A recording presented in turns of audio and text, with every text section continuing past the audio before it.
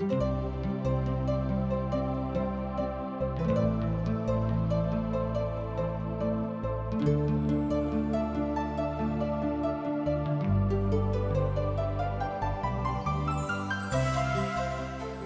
दिन मनुष्य जाति के जीवन के पाप के कारणे तरह तरह के विपत्ति, उलझन, अशांति में पड़ कऽ सच्चा जीवन के ज्योति सँ भटक गेलहुँ अछि। हुनका नहीं मालूम छनि कि जीवन के नीक ज्योति की अछि। यह लेल TWR इंडिया असक इजोत कार्यक्रम के लऽ कऽ अहाँ के बीच में प्रस्तुत कऽ रहल छथिन कि सब जनजीवन के उद्देश्य के समझ कऽ जीवनक ज्योति में आगाँ भऽ सकी आ परमेश्वरक संग हुनका मिलाप भ जाय। यह बाइबलक सिलसिलेवार अध्ययन पर आधारित अछि। कृपया कऽ अहाँ देखू, सुनू, परमेश्वर अहाँ के जनजीवन के ज्योति आ इजोत ठहरेक। तहन हमर पूर्ण विश्वास आशा अछि जे अहाँ सब परमेश्वरक प्रेम में खूब आनंदित होयब। अब हमरा संगे अहूँ खोल लिया परमेश्वरक पवित्र पोथी यूहन्नाक रचल सुसमाचार तकर 12वां अध्याय आ तकर 20 पद सँ लऽ कऽ 50 पद धरि हमरा लोग के नाजुक दिन अध्ययन करबाक लेल उपस्थित भेलहुँ हैं। एहिमे जे मुख बात थिक ओहि सबटा बातक अध्ययन आजुक दिन हमरा सब करब। हमरा सब अखन धरि परमेश्वरक महिमा में प्रभु यीशु मसीह के पबनी में अयबाक विषय में सिखलहुँ हैं। तकरा बाद हमरा लोग देखे छी कि ओ फसह के पबनी में भाग लैत छथि आ एतबे ने लाजरस, मरियम आ मर्था के घर में छथि आ ओहिठाम सँ ओ यरूशलेमक दिस विदा होइत छथिन। तकरा बाद हमरा लोग देखलहुँ हैं कि प्रभु यीशु मसीह यरूशलेम में प्रवेश कऽ रहल छथि। ई एकटा मनोरम दृश्यक हमरा लोग पछिला अध्ययन में देखलहुँ हैं। आजुक दिन विशेष रूपे हमरा लोग देखब कि प्रभु यीशु मसीह अपन अंतिम सेवकाई में छथि, अर्थात जे ओ सार्वजनिक सेवकाई कऽ रहल छलाह तकरा ओ अंत अब कऽ रहल छथिन। एकर मतलब यह भेल कि प्रभु यीशु मसीह के ओहिठाम सँ विदा होय के काल भऽ रहल छनि, अर्थात जे देही धारणा के काल रहै तकर अंत घड़ी आबि गेल अछि। एना एहि बातक हमरा लोग नीक सँ बुझि सकैत छी। जे सब आराधना करय वाला लोग सब छलाह ओहि बातक खूब नीक सँ जानैत छथि। तहन परमेश्वरक वचन सँ किछु पदक हमरा लोग देखब। जे सब आराधना करबाक लेल आयल छलाह ओहिमे सँ बहुत केओ यूनानी छलाह। ओ सब गलीला के बैतसैदा के रहय वाला फिलिप्पीक लग जे गाम छलनि ओते ओ लोग रहैत छलाह। ओ सब हुनके अनुरोध कयलथि जे हे श्रीमान, हमरा सब यीशु सँ भेंट करबाक चाहैत छी। फिलिप्पुस जाकऽ अंद्रियास सँ कहलनि। तहन अंद्रियास आ फिलिप्पुस मिल कऽ यीशु सँ कहलनि।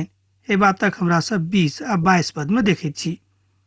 एहिठाम हमरा लोग देखैत छी कि फिलिप्पुस जाकऽ अंद्रियास सँ कहलनि आ अंद्रियास आ फिलिप्पुस दोनों मिलकर प्रभु यीशु मसीह सँ कहलनि कि बहुत केओ आयल छथि दोसर गाम सँ जे अहाँक संगे भेंट करबाक इच्छा राखैत छथिन। एहिठाम जँ अहाँ एहि भेंटक के आत्मिक अर्थक बुझनाइ के कोशिश करब तऽ पवित्र पोथीक विद्वान आ टीकाकार कहैत छथिन कि जे केओ प्रभु सँ भेंट करबाक इच्छा राखैत छथि हुनका पवित्र पोथी के अनुसार चलऽ पड़तनि, अर्थात जे परमेश्वरक दास छथि आ जे किछु परमेश्वरक पवित्र वचन सँ सिखाबैत छथि तकरा हुनका सिखनाइ बड़ जरूरी छनि। एहि पर यीशु कहलनि, अब काल आबि गेल अछि जहन परमेश्वरक पुतक महिमा होइक। एहिठाम प्रभु यीशु मसीह बड़ खोलि कऽ अपन मृत्यु के विषय में बता रहल छथि। हम अहाँ सँ बड़ सच सच बाजि रहल छी, जाबे धरि गेहूं के दाना पड़ि कऽ भूमि में नहीं गिरतैक आ तकरा बादो नहीं उठतैक, एहि बातक हमरा लोग नहीं बुझब जे की अछि। तहन एहि पदक हमरा लोग देखब 23 आ 24 पद। पहिने हमरा सब 24 पद के देखैत छी। हम अहाँ सँ बड़ सच सच बाजि रहल छी, जाबे धरि गेहूं के दाना पड़ि कऽ भूमि में मरि नहीं जैतैक अछि आ असगरे रहैत अछि, मुदा जहन ओ मरि जाइत अछि बहुत फल आनैत अछि। एहिठाम प्रभु यीशु मसीह बहुत फल आने वाला के दिस देखैत छथि, अर्थात जे केओ सुसमाचार के सुनने छथि हुनक काज छनि कि दोसरो गोटे के सुसमाचार सुनाबैक आ परमेश्वरक महिमा सँ हुनका भरपूर कऽ देक। हमर भाई बहिन, जँ अहूँ सुसमाचार सुनलहुँ हैं तब परमेश्वरक महिमा सँ दोसरो गोटे के भरपूर कऽ दियौ। एहि बातक एहि पद सँ हमरा लोग सीखैत छी आ जानैत छी। यह बात सिखाबे के कोशिश अहूँ के प्रभु कऽ रहल छथि। हमर भाई बहन विशेष रूप जे कलिसिया के सदस्य छथि हुनका लेल ई परम आज्ञा प्रभु यीशु मसीह के दिस सँ देवल गेल छनि। जे सब अपन प्राणक प्रिय जानैत छथि ओ तकरा गमा दैत अछि, आ जे केओ एहि जगत में प्राणक अप्रिय बुझैत छथि अनंत जीवनक लेल ओ हुनक रक्षा करतनि। एहिठाम प्रभु यीशु मसीह बता रहल छथि कि हमरा सब एहि जिंदगी में जे दैहिक जिंदगी में छी, मृत्यु नहि हुए तकरा लेल हमरा लोकनि बेर बेर प्रयास करैत रहैत छी, मुदा मृत्यु भऽ जाइत अछि। तहन प्रभु यीशु मसीह कहैत छथि कि जे केओ अपन जिंदगी के प्रिय जानैत छथि ओ परमेश्वरक महिमा के नहि देखैत छथि, अर्थात जे केओ परमेश्वरक पुतक ऊपर विश्वास राखैत छथि ओ परमेश्वरक महिमा के देखता है। प्रभु एहिठाम अपन शिष्य आर यूनानी के दुनू के बातक ज्ञान दऽ रहल छथिन कि ओ बड़ मुश्किल में पड़ि गेल छलाह जँ एहि संसार में अपन अपन प्रजा के लेल लोग बुझेक, बा एना कहियो संसारक राजा जँ अपन अपन प्रजा के दिस ध्यान राखेक तऽ किएक तऽ हुनक प्रजा तकलीफ में पड़तनि। एहिठाम प्रजा के तकलीफक विषय में उद्घाटित कयल गेल एकटा तथ्यक बतायल गेल छै। हमर भाई बहन, संसारक राजा प्रभु यीशु मसीह छथि। एहि तरहक बात पवित्र पोथी बाइबिल में बतायल गेल छै। विशेष कऽ कऽ ओ लाजरसक जियौलथि। एहि विषय में हमरा लोकनि सुनलहुँ हैं कि लाजरसक ओ मोला में से जिया कऽ एहि बातक सबके ध्यान अपना दिस आकर्षित कऽ लेलनि कि प्रभु यीशु मसीह के छथि। एहि बातक ओ जानि बूझि कऽ कयलथि जाहिसँ मनुख जाति एहि बातक बुझे कि मनुखक पुत की कऽ सकैत छथि। एहिठाम प्रभु यीशु मसीह पिता के ओहि महिमा के देखा रहल छथि जे महिमा के देखौनाइ बड़ जरूरी भऽ गेल रहनि। किएक तऽ प्रभु यीशु मसीह के बहुत चिन्ह देखलाक बादो लोक सब हुनका ऊपर विश्वास नहि करैत रहनि। लोक सब यह बुझैत रहनि कि ओ तऽ बढ़ैके बेटा छथि, हिनकासँ ई सब काज कोना कऽ भऽ जाइत अछि। हमर भाई बहन, एहिठाम प्रभु यीशु मसीह एकटा नम्र भऽ कऽ एहि संसार में आयल छलाह सेहो हमरा लोकनि देखैत छी। एतबे नहि, हमरा सब देखैत छी कि हुनक जन्म एकटा गरीब घर में भेल छनि, अर्थात प्रभु यीशु मसीह स्वयं के सब तरहसँ नम्र बना कऽ एहि संसार में प्रकट कयलथि। प्रभु यीशु मसीह के इच्छा यह रहनि कि मनुख जाति एहि कारणे ओहि बातक बुझेक जे मनमुख के इतिहासक लेल बड नीक अछि। ओ स्वयं बाजैत छथि कि पुनरुत्थान आ जीवन हम कहूँ आ तकर सिद्धि हमरे से भऽ सकैत अछि। जँ अहाँ आत्मिक जिंदगी में सिद्धता प्राप्त करऽ चाहैत छी तऽ प्रभु यीशु मसीह संगति बड आवश्यक थिक। जँ एहि संगति में अहाँ बनल नहि रहैत छी तऽ एहि बातक अहाँ नीकसँ नहि बुझि सकलहुँ हैं। एहिठाम हमरा लोकनि देखैत छी कि प्रभु यीशु मसीह ओहि दिस जा रहल छथि जतऽ हुनक एहि संसारक सार्वजनिक सेवकाई के अंत भऽ रहल छनि। मुदा ओ सब प्रभु के दैहिक रूपे देखबाक इच्छा राखैत रहथि, तैं ओ सब ओहिठाम से अच्छा तेना कहियो ओतेक दूर काम से एहिठाम आयल छलाह। मुदा एतबे नहि, ओ लाजरसक देखबाक इच्छा सेहो राखैत रहथिन, किएक तऽ परमेश्वर यीशु मसीह हुनका मोला में से जीवित कऽ देने रहथि। एहिठाम यहूदी सबक एकटा अगुआ सेहो एहि बातक ध्यान आकर्षित करैत छथि। हमर भाई बहिन, हमरो में से बहुत केओ अगुआ छथि जे एहि बातक कोशिश में लागल छथि कि लोग प्रभु यीशु मसीह के दिस आबैक, मुदा हुनका विषय में सुनलाक बाद जानलाक बादो लोग सब प्रभु यीशु मसीह के अपन उद्धारकर्ता के रूप में ग्रहण करबाक लेल तैयार नहीं छथि। पवित्र पोथी के एकटा विद्वान डॉक्टर मैगी एठाम कहैत छथिन कि हमरा सब जहन बहुत चिन्ह देख कऽ प्रभु यीशु मसीह के ऊपर विश्वास राखब तऽ नीक नहि होइत, किएक तऽ आजुक परिप्रेक्ष्य में बड़ जरूरी अछि कि परमेश्वरक पवित्र वचन हमरा सभक हाथ में अछि। ऐसा बढ़ कऽ आर दोसर गवाही की भऽ सकैत अछि कि प्रभु अहाँक संगे छथि। मुदा हमर भाई बहिन, जँ अहाँ पवित्र पोथी के एकटा खाली पोथी बुझि कऽ राखने छी तहन तऽ कोनो फायदा नहि होइत, वा एना कहियो कि अहाँ कोनो तरहक आत्मिक वरदान नहि भेटत। ई एकटा बड धनिक आदमी के अंतिम संस्कारक ऊपर रहैक वा आधारित रहैक सेहो अहाँ बाजि सकलहुँ हैं। ओ मनुख कलिसिया के सदस्य तऽ छलाह, मुदा ओ चर्च से बाहर चलि गेल छलाह और अपन जीवन अन्हराक दिस बिताबैत रहथि, बा एना कहियो अन्हराक जकाँ नहि, मुदा अन्हार में ओ अपन जिंदगी बिताबैत रहत। ई शब्द बेसी ठीक रहत। जाहि शब्दक प्रयोग हम पूर्व में कयलहुँ ओ ओतेक नीक नहि बैठैत अछि। ओहि प्रदेशक हिस्सा में बहुत तेल व्यापारी रहैत छलाह आ हुनका सभक लेल बड पाय सेहो रहनि। बहुत केओ अंतिम संस्कार में आयल छलाह ओ एहिठाम सुसमाचारक प्रचार कयलथि। जे पाप मनुखक संगे करैत अछि ओहि पापक ऊपर ओहिठाम परमेश्वरक दास प्रचार कयलथि। ई सुनलाक बाद ओहि व्यापारिक मंडली में से बहुत केओ परमेश्वरक दिस फिर के आबि गेलाह जे सब परमेश्वरक छोड़ि देने रहथिन।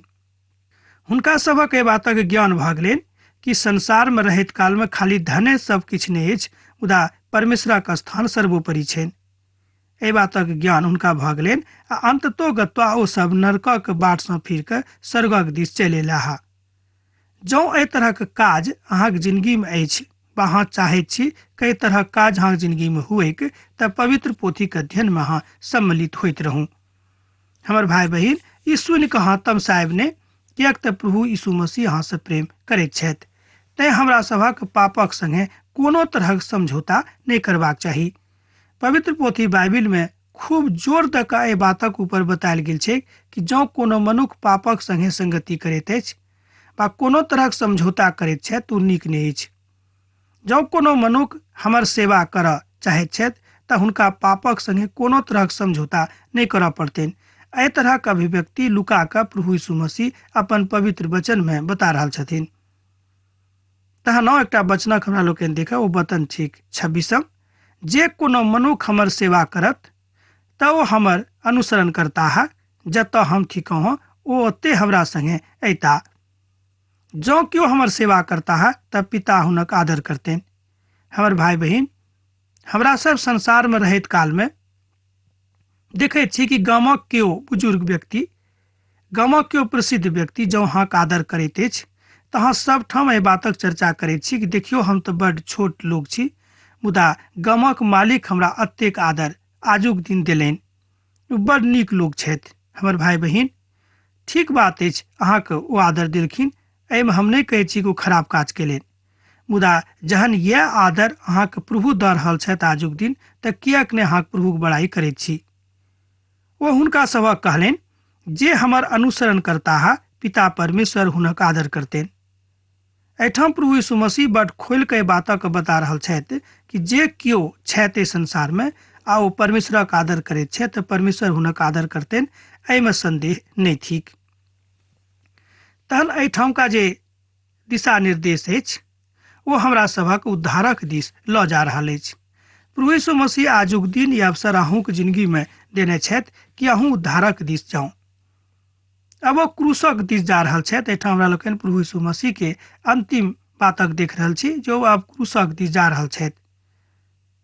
प्रभु यीशु कहलनि, अब हमरा जी व्याकुल भऽ रहल अछि, अब हम की बाजब, की कहब जे पिता हमरा एहि घड़ी से बचाऊ, मुदा हम एही कारणे घड़ी में पहुँचल छी। एहिठाम हमरा लोकनि प्रभु यीशु मसीह के देखै छी जो व्याकुल होइत छथि। आ बहुत विद्वान सब कहै छथिन कि प्रभु यीशु मसीह एहि द्वारा व्याकुल छलाह कि मनुष्य जाति अतेक देखलाक बादो ओहिमे से सब केओ हुनका ऊपर विश्वास नहीं कयलथि। आजुक परिप्रेक्ष्य में जहन प्रभु यीशु मसीह के एहिठाम से विदा भेला लगभग 2000 बरख भऽ गेलनि, एहिके बादो लोक सब हुनका ऊपर पूर्ण रूपेण विश्वास नहीं राखैत छनि। बहुत कम लोग छथि जे हुनका ऊपर विश्वास राखैत छथिन। एहिठाम हमरा लोकनि देखैत छी आजुक परिप्रेक्ष्य में कि जे केओ हुनका ऊपर विश्वास मुदा राखैत छथि अनंत जीवन हुनके छनि। आ हुनक जीवनक जँ अहाँ नजदीकी सँ देखबै तऽ अहाँ पायब कि जे केओ प्रभु यीशु मसीह के हृदय सँ मानैत छथि ओ कतेक शांति के अनुभूति करैत छथि। अहूँके लग पास में जँ केओ एहि तरहक परमेश्वरक दास छथि जे सत्य रूप में प्रभुक सेवकाई करैत छथि, हुनका अहाँ देख कऽ एहि बातक अनुभूति कऽ सकलहुँ हैं। मुदा बहुत केओ एहनो छथि देखौआ में हुनक दास बनल छथि, हुनका लग अहाँ एहि बातक नहीं पायब। एहि बातक दिस इशारा करैत पवित्र पोथी के टीकाकार सब कहैत छथि कि एहि तरहक लोक सँ सावधान रहब जे नाटक करैत छथि। हुनक व्याकुलता के एहिठाम बतावल जा रहल अछि, किएक तब क्रूसक दिस ओ बढ़ल जा रहल छथि। अब हुनका क्रूसित कयल जेतनि, एहि बातक हमरा लोकनि दोसर दिन अध्ययन करब। ओ मात्र मनुखे के हाथे ने मुदा मात्र हमरा और अहाँक हाथे सेहो तकलीफ उठौलथि। आजुक दिन प्रभु यीशु मसीह हमरा हाथे बा अहाँक हाथे तकलीफ उठा रहल छथि, किएक तो बेर बेर परमेश्वरक वचनक लग हमरा सभक मध्य में आबैत छथि। तरह तरह तरीका अपना कऽ मुदा हमरा लोकनि अखनो धरि हुनका नहि मानैत छी। यशायाह अपन पोथी तकर 53 अध्याय आ तकर 3 पद में एहि बातक कहैत छथिन, हुनक आत्माक कतेक दुख होइत छनि, ओ कतेक दुख हमरा लग उठौने रहत, ई सबटा बातक हमरा लोकनि बिसरा दैत छी। ई बात नीक नहि अछि। हमर भाई बहिन, परमेश्वर चाहैत छथि कि हाँ हुनक सेवकाई में लागल रहूं आ अंतिम काल धरि अर्थात अहाँक जिंदगी के अंतिम काल धरि जँ अहाँ परमेश्वरक प्रीति में बनल रहब, हुनक प्रेम में बनल रहब, तब परमेश्वरक शांति अहाँक जिंदगी में, अहाँक परिवारक जिंदगी में सेहो अहाँ अनुभूति करैत रहब। एहिमे पवित्र शास्त्र बाइबिल बता रहल अछि कि जे केओ हमरा ऊपर विश्वास करैत छथि ओ अनंत जीवन पाबैत छथि आ हुनका घर में, हुनका परिवार में आ हुनका जिंदगी में हमर शांति बनल रहैत छनि। जँ अहाँ एहि तरहक काज करैत छी तऽ निश्चित रूपेण प्रभु यीशु मसीहक शांति अहाँक जिंदगी में रहत, एहिमे संदेह नहि थिक। जाहि कारणे भविष्यवक्ता यशायाह के वचन पूरा हुए, हमर बातक ओ मानैत छथि, हमर कथाक ऊपर वो विश्वास करैत अछि। एहि कारणे ओ विश्वास नहि कऽ सकलाह, कारणे भविष्यवक्ता यशायाह एहि बातक पुनः बाजने रहथि। वो हुनक आँखिक आन्हर और हुनक मनक कठोर कऽ देने रहथि। ई नहि भऽ जायक जे आँखि जे ओ देखैत अछि और मोन से जे ओ समझैत अछि ओ फेर जाकऽ हम हुनका समझा दियनि। हमर भाई बहिन, एहिठाम यशायाह के भविष्यवाणी पूरा होइत हमरा लोकनि देखैत छी। जे भविष्यवाणी प्रभु यीशु मसीह के विषय में यशायाह अपन पोथी में कयने छलाह, ओहि बातम अहाँ देखैत छी कि बहुत केओ हुनका ऊपर विश्वास करत आ तकरा बाद में हुनक विश्वास कमजोर भऽ कऽ घुरि सेहो जेताह। एहि तरहक घटनाक्रम आजुक जिंदगी में भऽ रहल अछि, आजुक संदर्भ में भऽ रहल अछि। अहाँ देखने होबै कि बहुत केओ एहि तरहक काज कऽ रहल छथिन। बहुत केओ हुनक विश्वास में आबैत छथि आ तकरा बाद ओहिठाम से फिर घुरि कऽ चलि जाइत छथि। भविष्यवक्ता यशायाह एहि कथा के एहि दुआरे कहैत रहथि कारणे ओ यीशु के महिमा के देखने रहथि और ओ यीशु के विषय में कथा सेहो कैलथि। एहि बातक पढ़ि कऽ अहाँ कनिक आश्चर्य में पड़ि जायब कि जाहि काल में यशायाह के जन्म भेल रहनि, बा एना कहियो कि जाहि काल में यशायाह दुनिया में रहथि, ओहि काल में प्रभु यीशु मसीह के देही धारण नहि भेल रहनि। सोच गप में ना कहियो हुनक जन्म नहि भेल रहनि। एक बादो भविष्यवक्ता यशायाह अपन आत्मिक आँखि से प्रभु यीशु मसीह के देखने रहथि और लिखैत छथि कि हुनक महिमा का हम देखलहुँ हैं। हमर भाई बहिन, जँ अहूँक लग आत्मिक आँखि अछि तऽ प्रभु यीशु मसीह के एखनो अहाँ देख सकैत छी। अब हमरा सब सिखलहुँ जे की गलती कयल गेल रहैक ओहि संसारक लोग बा आजुक संसारक लोग जे एहि तरहक गलती में पड़ि कऽ प्रभु यीशु मसीह के बिसरा देने रहथि। हमरा सब इजोतक लग रहि कऽ इजोता से संगति नहि राखैत छी, मुदा अन्हारक दिस जाइत छी जतऽ जे काज हमरा से लुका कऽ करैत छी। लोग बुझैत छथि कि हम बहुत काज लुका कऽ कऽ रहल छी, हमरा के देखैत अछि। हमर भाई बहिन, परमेश्वरक आँखि सब ठाम छै। पवित्र पोथी बाइबिल बता रहल अछि, अहाँ किएक नहि सरंगक ओतेक ऊपर चलि जाउ आ ओतऽ जाकऽ लुका कोनो पाप करूँ, बा समुद्रक खूब गहराई में जाकऽ, बा एना कहियो समुद्र जतेक गहीर छथि ओ तकर गहराई के अंतिम सीमा पर जाकऽ, सीमाना पर जाकऽ जँ अहाँ पाप कऽ रहल छी, ओतौ परमेश्वरक नजर छनि, ओतौ परमेश्वर देखैत छथि कि अहाँ की कऽ रहल छी। मुदा एहिठाम यशायाह के भविष्यवाणी पूर्ण होइत अछि। एहि बातक अहाँ अध्याय 53 आ तकर पूर्ण अध्ययन सँ सीख सकैत छी। हमरा लोकनि जहन यशायाह के पोथी के अध्ययन करब तहन एहि बातक आर विशेष रूप में देख सकैत छी। मुदा आजुक दिन हमरा लोकनि देखैत छी कि यशायाह हुनक मृत्यु के विषय में सेहो भविष्यवाणी करैत छथि। मृत्युक भविष्यवाणी करैत मसीह के मृत्यु ओहिठाम बतायल गेल अछि। ओ सब ओहि मनुखक समान छथि जे भिनसर सँ जागल रहथि, मुदा आँखि सँ एहि बातक नहि देख सकलाह। यहू तरहक लोकक कमी आजुक संसार में नहि छनि। बहुत केओ एहन छथि कि प्रभु यीशु मसीह के मृत्युक विषय में सोचैत छथि आ देखैत छथि, मुदा जिनका लग आत्मिक आँखि नहि छनि ओहि बातक विषय के नहि सोचि सकैत छथिन आ नहि देख सेहो सकैत छथिन। परमेश्वर तऽ परमेश्वर थिकाह आ हुनक महिमाक अंतिम वाक्य के बता सकैत अछि। एहिके बादो यहूदी के अगुआ में सँ बहुत केओ यीशु के ऊपर विश्वास कयलथि, मुदा एना कहियो कोई में सँ बहुत केओ विश्वास सेहो नहि कयलथि। मुदा करिसी भक कारणे खोलि कऽ ओसभ एहि बातक प्रकट नहि कऽ सकैत रहथि। एना नहि भऽ सकै जे ओसभ आराधनालयसँ निकालि जेताह। बहुत किओ यहूदी सब एहि डरसँ प्रभु यीशु मसीहके ग्रहण नहि केलखिन, किएक तऽ हुनका एहि बातक डर रहनि कि हुनका यहूदी सब आराधनालयसँ निकालि देथिन।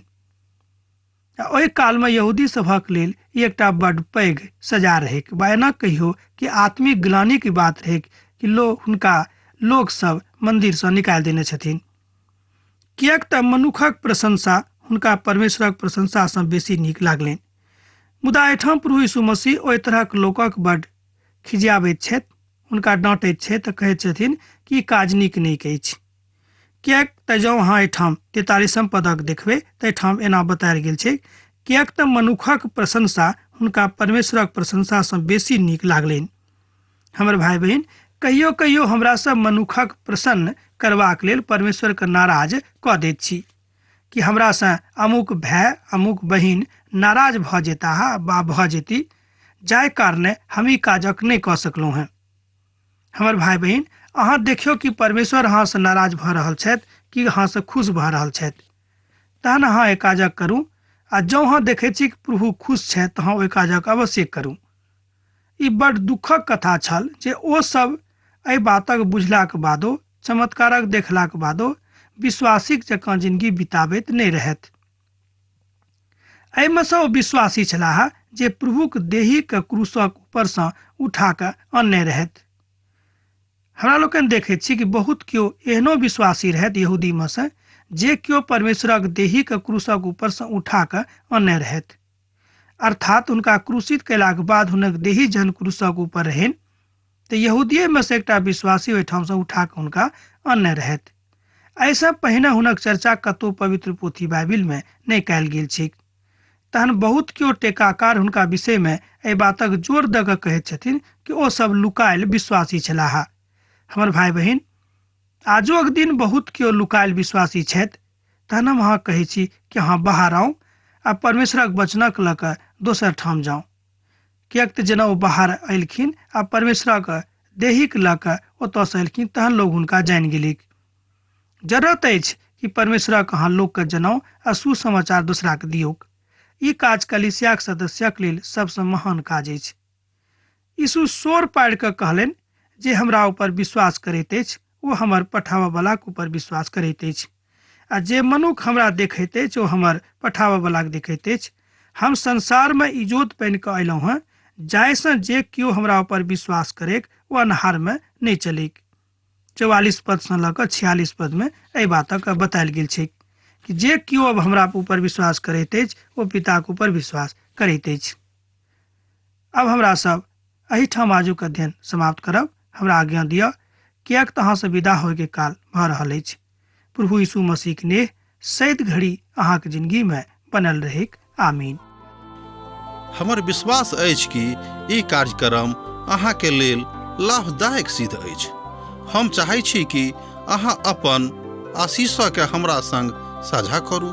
जँ अहाँके नजीक बाइबलसँ आ जीवनसँ सम्बन्धित कोनो प्रकारके प्रश्न भऽ सकै अछि तऽ अपन समस्याके लेल प्रार्थना करबाके लेल जँ चाहै छी तऽ हमरा फोन नंबर पर जरूर संपर्क कऽ सकै छी। परमेश्वर अहाँ सबके लेल एकटा सुंदर, सुखद, आनंदित दिन प्रदान करै।